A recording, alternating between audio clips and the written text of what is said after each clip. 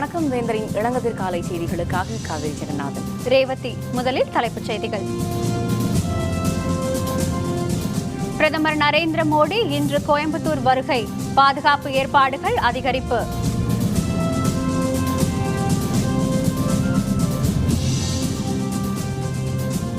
காஷ்மீரில் ஆட்சி அமைக்கும் விவகாரம் இன்றே முடிவெடுக்க ஆளுநர் கெடு.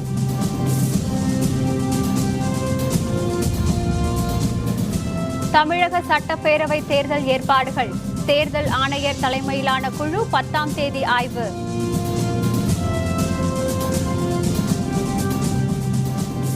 ஆந்திர இடஒதுக்கீட்டு போராட்டத்தில் ஒருவர் தற்கொலை. துணை ராணுவ படையினர் குவிப்பு. பிரதமர் நரேந்திர மோடி இன்று கோயம்புத்தூர் வருவதையொட்டி அவருக்கு சிறப்பான வரவேற்பு அளிக்க பாரதிய ஜனதாவினர் குவிந்து வருகின்றனர். கேரள மாநிலம் கோழிக்கோட்டிலிருந்து இன்று பிற்பகல் தனி விமானத்தில் கோயம்புத்தூர் பீளமேடு விமான நிலையம் வரும் பிரதமர் மோடி தனியார் விடுதியில் சிறிது நேரம் தங்குகிறார். இதனைத் தொடர்ந்து பிற்பகல் 3:30 மணியளவில் சிங்காநல்லூரை அடுத்த வரதராஜபுரத்தில் கட்டப்பட்டுள்ள இஎஸ்ஐ மருத்துவக் கல்லூரி மருத்துவமனையை அவர் திறந்து வைக்கிறார். பின்னர் கொடிசியா திடலில் நடைபெறும் பாரதிய ஜனதா கட்சி பொதுக்கூட்டத்தில் உரையாற்றும் பிரதமர் மோடி மாலை 6:30 மணியளவில் தனி விமானம் மூலம் தில்லி புறப்பட்டு செல்கிறார். பிரதமரின் வருகையொட்டி கோயம்புத்தூரில் காவல்துறையினர் குவிக்கப்பட்டுள்ளனர். விமான நிலையம் முதல் பிரதமர் பயணம் செய்யும் வழிநெடுகிலும் பலத்த பாதுகாப்பு ஏற்பாடுகள் மேற்கொள்ளப்பட்டுள்ளன. போக்குவரத்தும் தடை செய்யப்பட்டுள்ளது. பொதுக்கூட்டம் நடைபெறும் இடத்தில் 5 அடுக்கு பாதுகாப்பு போடப்பட்டுள்ளது. தமிழக சட்டப்பேரவை தேர்தலில் பாரதிய ஜனதா கட்சி கூட்டணியில் போட்டியிடும் கட்சிகள் பற்றி விரைவில் அறிவிப்பு வெளியாகும் என கட்சியின் தமிழக பொறுப்பாளர் முரளிதர் ராவ் தெரிவித்துள்ளார். கோயம்புத்தூர் விமான நிலையத்தில் செய்தியாளர்களுடன் பேசிய அவர், கூட்டணியில் அங்கம் வகிக்கும் கட்சிகளுடன் இணைந்து நாட்டின் வளர்ச்சிக்காக பிரதமர் மோடி தலைமையிலான அரசு பாடுபட்டு வருவதாக தெரிவித்தார். மேலும் தமிழகத்தை பொறுத்தவரை விவசாயிகள் மற்றும் மீனவர்கள் பிரச்சினை தொடர்பாக தீர்வு காண பாரதிய ஜனதா கட்சி அனைத்து முயற்சிகளையும் மேற்கொண்டு வருவதாகவும் அவர் குறிப்பிட்டார். பிரதமர் கோயம்புத்தூர் வந்து சென்ற ஒரு சில நாளில் கூட்டணி பற்றி அறிவிக்கப்படும் என்றும் முரளிதர் ராவ் கூறினார். Context of Tamil Nadu, what this government has done, whether it is for farmers, fishermen, or the smart cities, all these things. So it is a kind of first major massive program after Narendra Modi ji has become the Prime Minister. Kashmir மாநிலத்தில் ஆட்சி அமைக்கும் விவகாரம் தொடர்பாக பாரதிய ஜனதா மற்றும் மக்கள் ஜனநாயக கட்சி உயர்நிலை குழுவினர் இன்று ஆளுநர் NN ஓராவை சந்திக்கின்றனர். காஷ்மீரில் மக்கள் ஜனநாயக கட்சி பாரதிய ஜனதா கூட்டணி ஆட்சி நடைபெற்று வந்த நிலையில் முதல்வராக இருந்த முஃப்தி முகமது சயீத் மரணமடைந்தார்.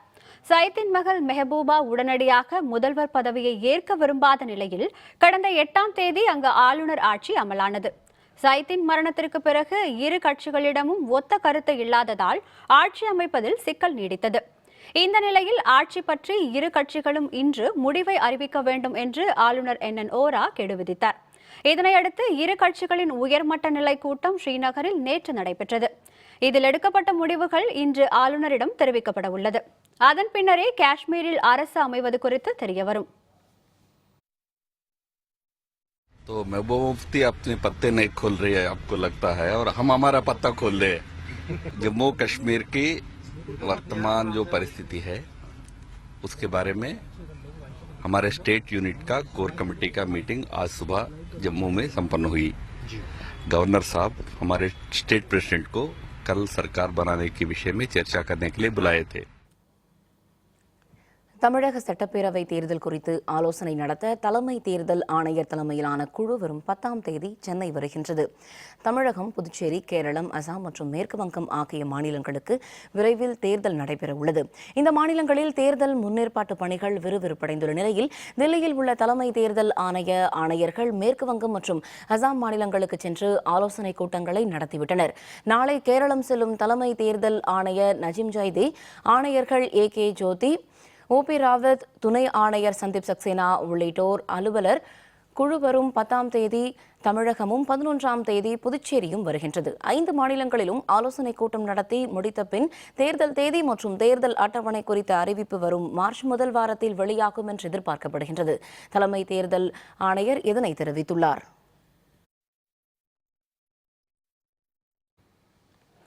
இடஒதுக்கீடு வழங்க கோரி ஆந்திரத்தில் கபு சமுதாயத்தை சேர்ந்த ஒருவர் தற்கொலை செய்து கொண்டுள்ளதால் முன்னெச்சரிக்கை நடவடிக்கையாக அங்கு கூடுதல் படையினர் அனுப்பி வைக்கப்பட்டுள்ளனர். ஆந்திர மாநில கடலோர மாவட்டங்களில் வசித்து வரும் கபு இனத்தவர்கள் இடஒதுக்கீடு கோரி நேற்று முன்தினம் நடத்திய போராட்டம் வன்முறையாக மாறியது. துணி என்ற இடத்தின் அருகே ரத்னாச்சல் விரைவு ரயில் மற்றும் காவல்துறை வாகனங்களுக்கு தீ வைக்கப்பட்டது. இதனையடுத்து இடஒதுக்கீடு வழங்க நடவடிக்கை எடுக்கப்படும் என ஆந்திர முதல்வர் சந்திரபாபு நாயுடு அறிவித்ததால் போராட்டம் கட்டுக்குள் வந்தது. இந்த நிலையில் காக்கிநாடா பகுதியைச் சேர்ந்த ஸ்ரீகட்லா வெங்கட்ர ரமணா என்பவர் கபு சமூகத்திற்கு இடஒதுக்கீடு வழங்க கோரி கடிதம் எழுதி வைத்துவிட்டு தற்கொலை செய்து கொண்டார். இதனால் மீண்டும் வன்முறை சம்பவங்கள் நடைபெறாமல் இருக்க காவல்துறை மற்றும் துணைநிலை ராணுவத்தினர் அங்கு விரைந்துள்ளனர். அருணாச்சல பிரதேசத்தில் குடியரசுத் தலைவர் ஆட்சி அமலுக்கு எதிரான வழக்கில் மாநில ஆளுநருக்கு அனுப்பிய நோட்டீஸை உச்சநீதிமன்றம் திரும்பப் பெற்றது.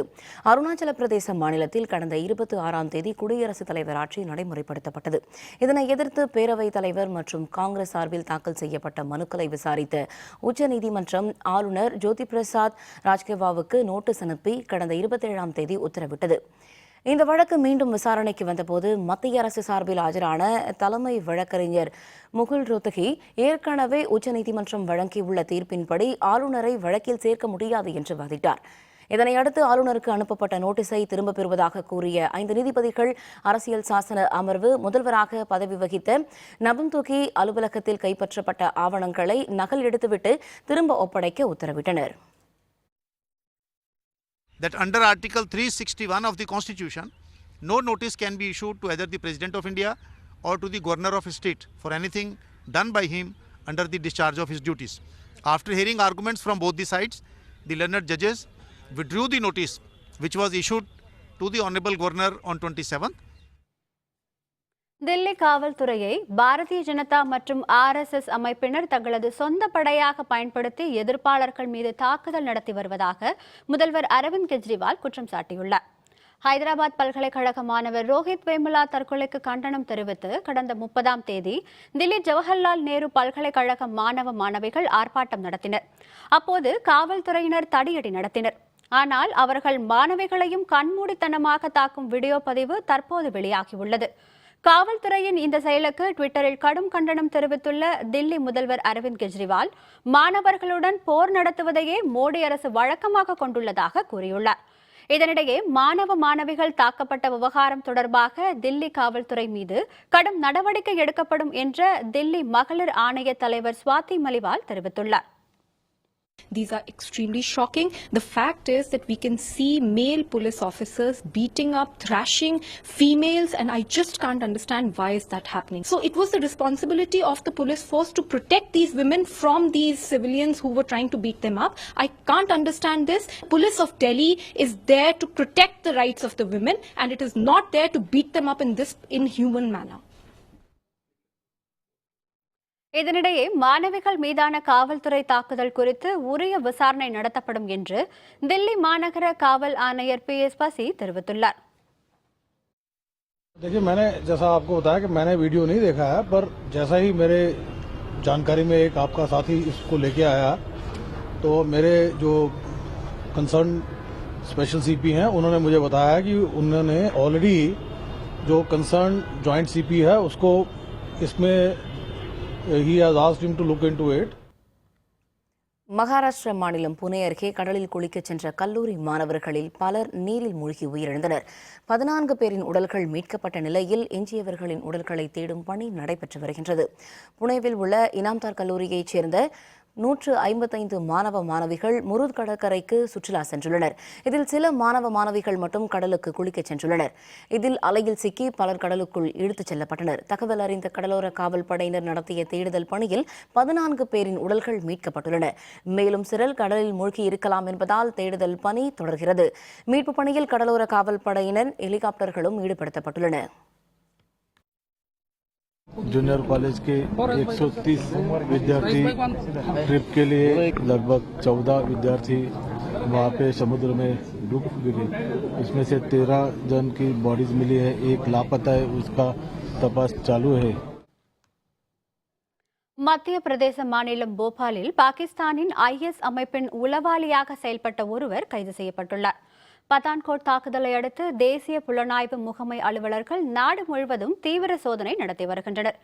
குடியரசு நாளுக்கு முன்பாக அவர்கள் நடத்திய தேடுதல் வேட்டையில் பெங்களூரு, ஹைதராபாத் உள்ளிட்ட இடங்களில் IS தீவிரவாதிகள் என சந்தேகிக்கப்படும் 14 பேர் கைது செய்யப்பட்டனர். போபாலில் தேசிய புலனாய்வு முகமை மற்றும் குற்றப்பிரிவு காவல்துறையினர் இணைந்து நடத்திய சோதனையில் பாகிஸ்தானின் ISI அமைப்பினர் என சந்தேகிக்கப்பட்ட ஒருவர் கைது செய்யப்பட்டுள்ளார். ஓரினச் சேர்க்கை தண்டனைக்குரிய குற்றம் என்ற பிரிவை நீக்க கோரி தாக்கல் செய்யப்பட்ட சீராய்வு மனுக்கள் மீது உச்சநீதிமன்றத்தில் இன்று விசாரணை நடைபெறுகின்றது.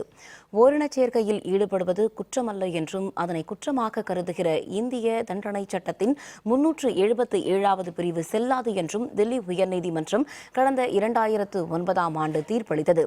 இதனை எதிர்த்து பல்வேறு தரப்பினர் சார்பில் உச்சநீதிமன்றத்தில் வழக்கு தொடரப்பட்டது. இதனை விசாரித்த உச்சநீதிமன்றம் தில்லி உயர்நீதிமன்ற தீர்ப்பை ரத்து செய்ததுடன் 377வது பிரிவை நீக்குவது நாடாளுமன்றத்தின் பொறுப்பு என்று 2013இல் உத்தரவிட்டது. இதனை எதிர்த்து தாக்கல் செய்த மேல்முறையீட்டு மனுக்கள் அனைத்தும் தள்ளுபடி செய்யப்பட்ட நிலையில் மறுசீராய்வு மனுக்கள் ஏற்றுக்கொள்ளப்பட்டு இன்று விசாரணைக்கு வர உள்ளது. இதனிடையே ஓரினச் சேர்க்கைக்கு விதிக்கப்பட்ட தடையை நீக்க வலியுறுத்தி மேற்கு வங்க மாநிலம் கொல்கத்தாவில் ஓரினச் சேர்க்கையாளர்கள், திருநங்கைகள் ஆகியோர் மெழுகுவர்த்தி ஏந்தி பேரணியாக சென்றனர். பாடல்களை பாடியபடி சென்ற அவர்கள் தங்களது தனிப்பட்ட உரிமையில் தலையிடும் 377வது பிரிவை நீக்க வேண்டும் என்றும் முழக்கமிட்டனர். உச்சநீதிமன்றம் 377வது பிரிவை கண்டிப்பாக நீக்கும் என்றும் அவர்கள் நம்பிக்கை தெரிவித்தனர். We are protesting against the oppression of our individual rights, our human rights. The protest is for now against Section 377, which very popularly said by the media prohibits or bans gay sex. Smart city 2வது பட்டியலில் புதுச்சேரி. மத்திய அமைச்சர் வெங்கையா நாயுடு உறுதி. விவரம் விளம்பர இடைவேளைக்கு பிறகு.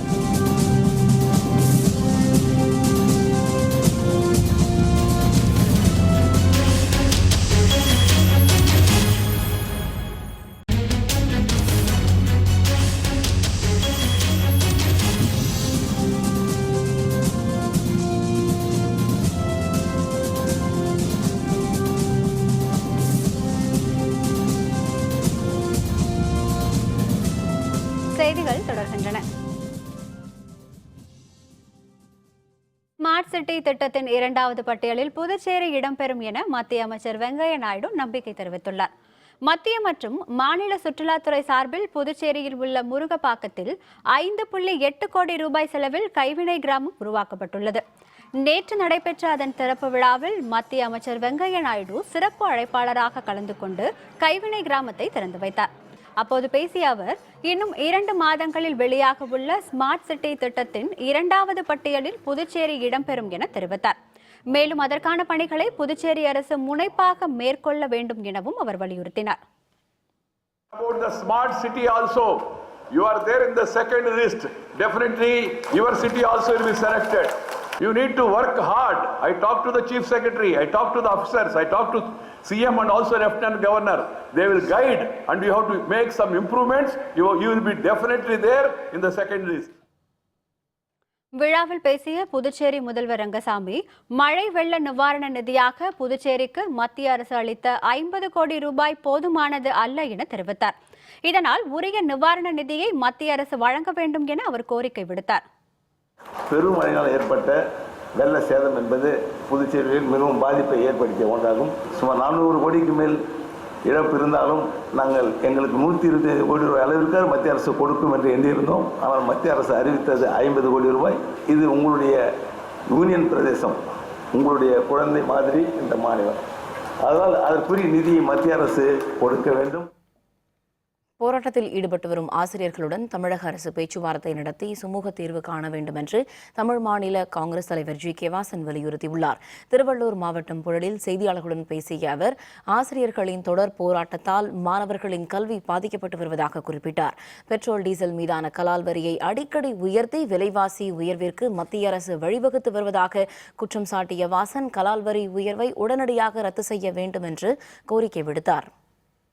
ஆசிரியர்கள் தங்களது நீண்டகால கோரிக்கையான மத்திய அரசுக்கு இணையான ஊதியம் வழங்கிட வேண்டும், போன்ற பல்வேறு 15 அம்ச கோரிக்கைகளை வலியுறுத்தி போராடி வருகிறார்கள். இதனால் மாணவருடைய கல்வி பாதிக்கப்படுகிறது. போராடும் ஆசிரியர் சங்க பிரதிநிதிகளுடன் கல்வி அமைச்சர் நேரடியாக பேச்சுவார்த்தை நடத்தி சுமூக தீர்வு காண வேண்டும் என்று கேட்டுக்கொள்ள விரும்புகிறேன். புதுச்சேரியில் இன்று தொடங்கும் தேசிய சப் ஜூனியர் கூடைப்பந்து போட்டியில் பங்கேற்க உள்ள தனது மகள் மிரையா வதேராவுடன் பிரியங்கா காந்தி புதுச்சேரி வந்துள்ளார். புதுச்சேரியில் இன்று தொடங்கி வரும் 8ஆம் தேதி வரை தேசிய அளவிலான சப் ஜூனியர் கூடைப்பந்து போட்டி நடைபெறவுள்ளது. இதில் பங்கேற்க உள்ள தனது மகள் மிரையா வதேராவுடன் புதுச்சேரி வந்த பிரியங்கா காந்தி உள்ளிட்ட இருவரும் தனியார் விடுதியில் தங்கியுள்ளனர். இதனிடையே இந்திரா காந்தி உள் விளையாட்டரங்கில் நடைபெற்ற சான்றிதழ் சரிபார்ப்பு மற்றும் மருத்துவ பரிசோதனையில் பங்கேற்க மிரையா வதேரா அங்கு வந்ததால் காவல்துறையினர் பாதுகாப்பில் ஈடுபட்டனர். காஞ்சிபுரம் மாவட்டம் ஸ்ரீபெரும்புதூர் அருகே ஏரிக்கரை பகுதியில் உள்ள ஆக்கிரமிப்புகளை அகற்ற அரசு உத்தரவிட்டதை ரத்து செய்ய கோரி பாதிக்கப்பட்டவர்கள் மாவட்ட ஆட்சியரிடம் மனு அளித்தனர். காஞ்சிபுரம் மாவட்டம் ஸ்ரீபெரும்புதூர் அருகே உள்ள ஏரிக்கரை பகுதியில் உள்ள ஆக்கிரமிப்புகளை அகற்ற நீர்வள ஆதாரத்துறையினர் முயற்சிக்கு மேற்கொண்டு வருகின்ற நிலையில் ஆக்கிரமிப்புகள் அகற்ற ரத்து செய்ய வலியுறுத்தி அந்த பகுதி மக்கள் அவர்கள் வாழ நிரந்தர இடம் வழங்க கோரிக்கை விடுத்துள்ளனர். இது தொடர்பாக மாவட்ட ஆட்சியர் அலுவலகம் வந்த அந்த பகுதி மக்கள் ஆட்சியரிடம் கோரிக்கை மனுக்களை அளித்தனர். 300 வீட்டுக்காருக்கு மேலே அங்கே இருக்கிறோம். எங்களுக்கு எந்த வித சொந்தமான வீடு வசல் எதுவுமே இல்லை. இந்த ஏரிக்கரையை நம்பி தான் நாங்கள் இவ்வளோ நாள் வாழ்ந்துட்டோம். நாங்களும் வந்து தாலுகா ஆஃபீஸில் மனு கொடுத்துட்டோம். கலெக்டர் ஆஃபீஸ் மூலிமா நாங்களே வந்து கூட எல்லாமே பண்ணிட்டோம். கலெக்டர் அம்மா நாங்கள் பேசுகிறோன்னே அவங்க என்ன பண்ணாங்க, இவங்க மனு கொடுத்ததை வாங்கி நாங்கள் வந்து யாரை அனுப்பி பரிசீலனை பண்ணி உங்களுக்கு நாங்கள் இடம் கொடுக்குறோம் அப்படின்னு சொல்லியிருக்காங்க. கோயம்புத்தூர் மாவட்டம் பொள்ளாச்சி அருகே மத்திய தென்னை வாரியத்தின் சார்பில் தென்னை மரம் ஏறும் 6 நாள் பயிற்சி முகாம் தொடங்கியது. பொள்ளாச்சி சுற்று வட்டாரத்தில் தென்னை மரங்கள் அதிக அளவில் இருந்து வரும் நிலையில் தென்னை மரம் ஏறுவதற்கு ஆள் பற்றாக்குறை உள்ளது. இதனை அடுத்து மத்திய தென்னை வாரியமும் தனியார் நிறுவனமும் இணைந்து நவீன எந்திரம் மூலம் தென்னை மரம் ஏறும் 6 நாள் பயிற்சி முகாமை தொடங்கியுள்ளன. மரம் ஏறுவது மட்டுமல்லாமல் மதிப்பு கூட்டப்பட்ட பொருட்களை தயாரிப்பது, அதனை சந்தைப்படுத்துவது போன்றவற்றையும் கற்றுக் கொடுக்கப்படுகின்றது. பயிற்சியின் முடிவில் தென்னை மரம் ஏற பயன்படும் நவீன எந்திரமும் இலவசமாக வழங்கப்படுகின்றது. இந்த முகாமில் ஏராளமான மகளிரும் ஆர்வமுடன் பங்கேற்றுள்ளனர். திருவள்ளூர் அருகே தனியார் டயர் தொழிற்சாலையில் நேரிட்ட தீயை கட்டுக்குள் கொண்டுவர தீயணைப்பு துறையினர் போராடி வருகின்றனர். திருவள்ளூர் அருகே உள்ள சைனாபுரத்தில் இயங்கி வரும் தனியார் டயர் தொழிற்சாலையில் மின்கசிவு காரணமாக இன்று அதிகாலை 3 மணி அளவில் தீ விபத்து நேரிட்டதாக தெரிகிறது. இதையடுத்து 4 தீயணைப்பு வாகனங்களில் தீயணைப்பு துறையினர் அந்த இடத்திற்கு விரைந்தனர். தீ கட்டுக்கடங்காமல் எரிந்து வருவதால் தீயை அணைக்கும் முயற்சியில் அவர்கள் தொடர்ந்து ஈடுபட்டு வருகின்றனர். விபத்தில் எரிந்து சேதமான பொருட்களின் மதிப்பு 5 கோடி ரூபாய் இருக்கக்கூடும் என்று கூறப்படுகிறது. பொன்னேரி அருகே உள்ள டயர் கம்பெனி ஒன்று காலையில் 3 மணிக்கு தீப்பிடிச்சு எரிஞ்சிட்டு இருக்குது. இது வந்து பேசிக்காக பழைய டயரை எடுத்து ரீபில்ட் பண்ணுற கம்பெனி, மேட்டு தயாரிக்கிற கம்பெனி. சுமார் 3 மணிலேருந்து ஒரு 2 மணி நேரமாக எரிஞ்சிக்கிட்டு இருக்குது. தீயணைப்பு வாகனம் 4-5 வண்டி வந்திருக்கு. இது வரைக்கும் தீயணைக்க முடியல. ரொம்ப நேரமாக போராடிட்டு இருக்காங்க. மேட் தயாரிக்கிற தொழிற்சாலையில் தீ விபத்து செய்தி கிடைத்தவுடன் பொன்னேரி, கும்மிடிப்பூண்டி மற்றும் கும்மிடிப்பூண்டி சிப்காட் ஆகிய நிலையங்களிலிருந்து 4 ஊர்திகள் மற்றும் ஏறத்தாழ ஒரு 30 பேர் கொண்ட குழுவினர் இங்கே வந்து தீ அணைக்கும் பணியில் ஈடுபட்டு தீ கட்டுக்குள் கொண்டு வந்துள்ளனர்.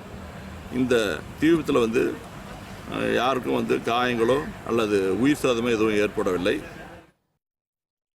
திருப்பூர் மாவட்டத்தில் உள்ள ஊராட்சி ஒன்றிய தொடக்கப்பள்ளியில் அதிநவீன கற்றல் சாதனங்களுடன் மாணவர்கள் கல்வி கற்று வருகின்றனர். எனினும் இந்த பள்ளிகளுக்கு நூலகமும் விளையாட்டு திடலும் தேவை என மாணவர்களும் பெற்றோர்களும் தெரிவிக்கின்றனர். இது பற்றி இன்றைய வேந்தர் சிறப்பு செய்தியில். அரசு பள்ளிகள் என்றால் தரம் மற்றும் வசதிகள் குறைவு என்ற கூற்றை மாற்றும் விதமாக திருப்பூர் மாவட்டத்தில் உள்ள ஊத்துக்குளி ஊராட்சி ஒன்றிய தொடக்கப்பள்ளியும் சின்னமுத்தூர் ஊராட்சி ஒன்றிய நடுநிலைப் பள்ளியும் அதிநவீன கற்றல் சாதனங்களுடன் இயங்கி வருகின்றன. தொடுதிரை கணினி வழி கற்றல் வகுப்புகள், தனித்தனி கணினிகள், ஒவ்வொரு வகுப்பறையிலும் குறுந்தகடு இயக்கியுடன் புதிய முறையில் கல்வி கற்க தொலைக்காட்சி பெட்டிகள் என இந்த பள்ளிகளில் 1ஆம் வகுப்பு முதல் 5ஆம் வகுப்பு வரை மாணவர்கள் கல்வி பயிலுகின்றனர். இதில் ஊத்துக்குளி ஆரம்ப பள்ளி மாணவ மாணவிகள் அவர்களுக்கான பாடங்களை தொடுதிரை மூலம் அவர்களே இயக்கி கல்வி கற்று வருகின்றனர். ஊத்துக்குளி ஆரம்ப பள்ளி தலைமை ஆசிரியை விஜயலட்சுமி இதே பள்ளியில் படித்து தற்பொழுது தலைமை ஆசிரியையாக பணியாற்றுகிறார். இவர் பொறுப்பேற்றவுடன் பள்ளிக்கு புரவலர்களை சேர்த்து அவர்கள் மூலம் நிதி திரட்டி பள்ளிக்கு தேவையான அதிநவீன கற்றல் சாதனங்களை வாங்கியுள்ளார். 88,000 ரூபாய் மதிப்பில் ஒரு ஸ்மார்ட் கிளாஸ் நமது பள்ளியில் ஏற்படுத்தினோம். அதன் மூலம் மாணவர்களின் கற்றல் திறன் மிகவும் நன்றாக வளர்ந்துள்ளது. எங்களுக்கு அது பார்ப்பதற்கு மிகவும் பெருமையாக உள்ளது. மேலும் கணினி, எங்கள் பள்ளியில் கணினிகள் உள்ளன. கணினி வழியாகவும் குழந்தைகள் ஆர்வமுடன் கற்று வருகின்றனர்.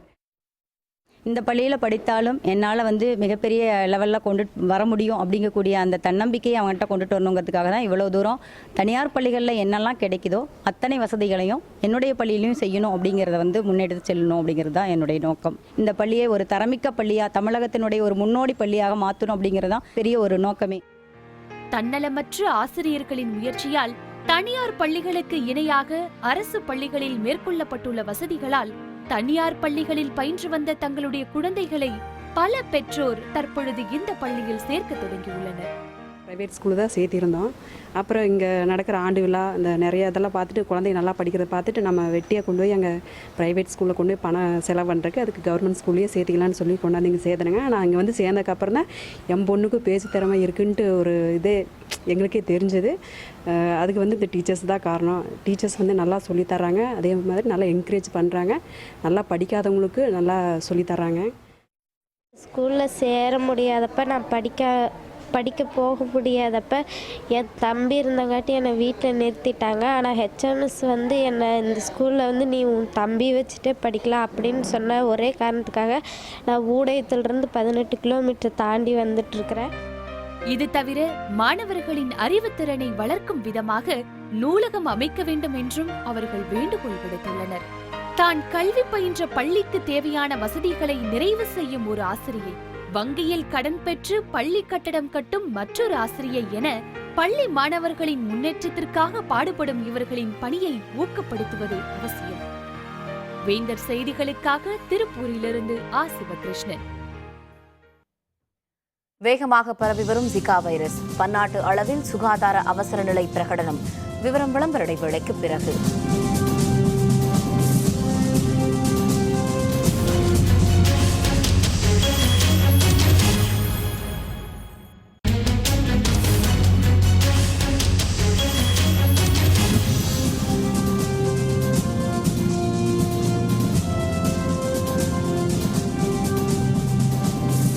செய்திகள் தொடர்கின்றன. இனி அயலக செய்திகள்.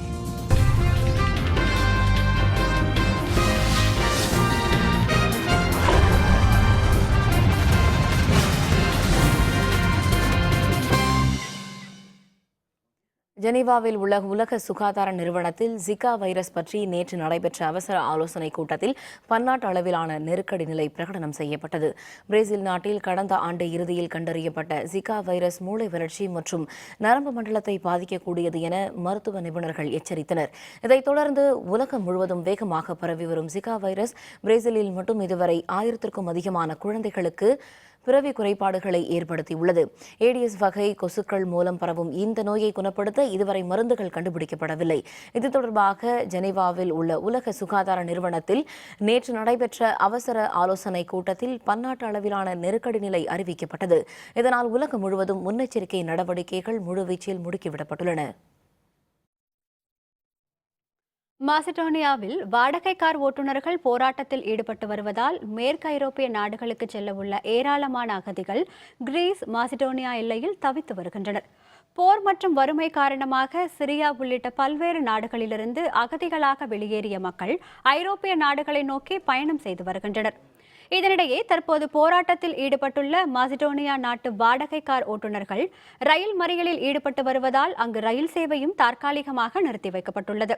இதைத் தொடர்ந்து கிரீஸ் மாசிடோனியா எல்லைப் பகுதியில் உள்ள கெவ்ஜிலிஜியாவில் முகாமிட்டுள்ள ஏராளமான அகதிகள் தொடர்ந்து பயணம் செய்ய முடியாமல் தவித்து வருகின்றனர். இந்த நிலையில் கெவ்ஜிலிஜியா முகாமிற்கு வரும் அகதிகளின் எண்ணிக்கை அதிகரித்து வருவதால் மாசிடோனியா அரசு கடும் கட்டுப்பாடுகளை விதித்து வருகிறது.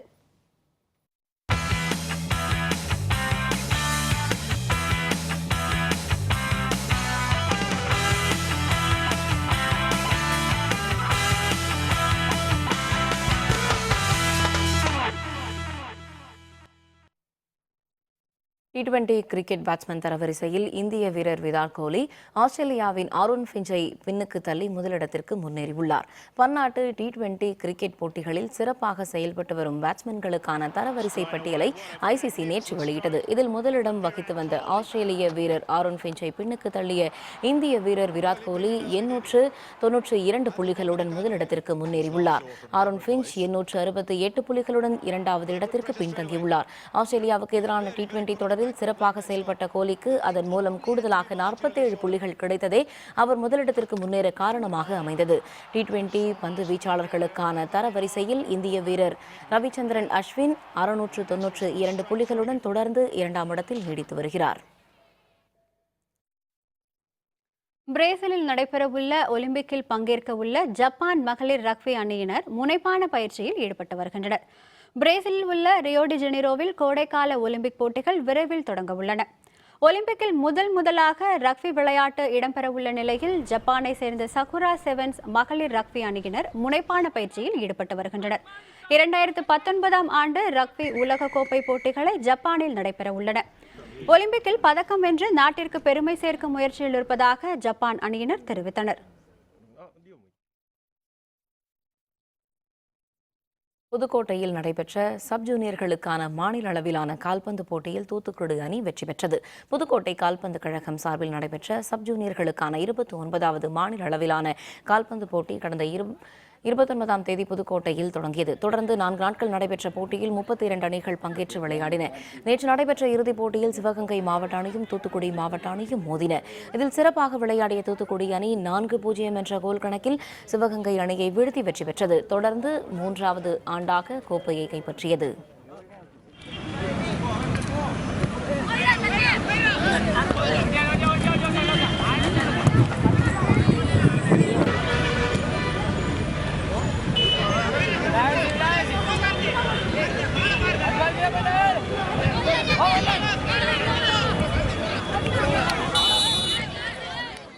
புதுக்கோட்டையில் சிவகங்கை ஜெயிச்சிருக்கோம், 4-0 ஜெயிச்சிருக்கோம். ரொம்ப சந்தோஷம். அருமையாக நாங்கள் பையங்களுக்கு ரொம்ப நன்றி. எல்லாத்துக்கும் நன்றி சொல்லிக்கிறேன். எங்கள் ஊர் தூத்துக்குடி. நாங்கள் சப்ஜூனியர் ஸ்டேட்டுக்கு மேட்சுக்கு வந்திருக்கோம். புதுக்கோட்டைக்கு செமி சென்னை கூட விளாண்டோம். ஃபைனல்ஸ் இப்போ ஈரோடு சிவகங்கை கூட விளாண்டோம். அவங்க கூட இப்போ 4-0 இந்த கோல்களை வின் பண்ணியிருக்கோம். இந்த கப்பை எங்கள் சாருக்கு டெடிகேட் பண்ணுறோம். மீண்டும் தலைப்புச் செய்திகள். பிரதமர் நரேந்திர மோடி இன்று கோயம்புத்தூர் வருகை. பாதுகாப்பு ஏற்பாடுகள் அதிகரிப்பு.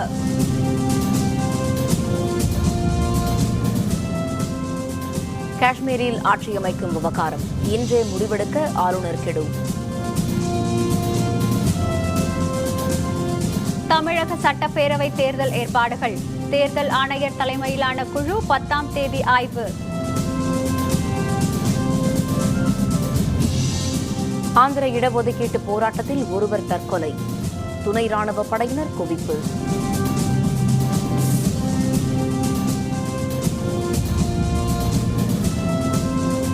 இத்துடன் வேந்தரின் இளங்கதிர் காலை செய்திகள் நிறைவடைந்தன. மீண்டும் பகல் 1:30 மணிக்கு உச்சிவேளை பகல் செய்திகளில் சந்திப்போம். வணக்கம்.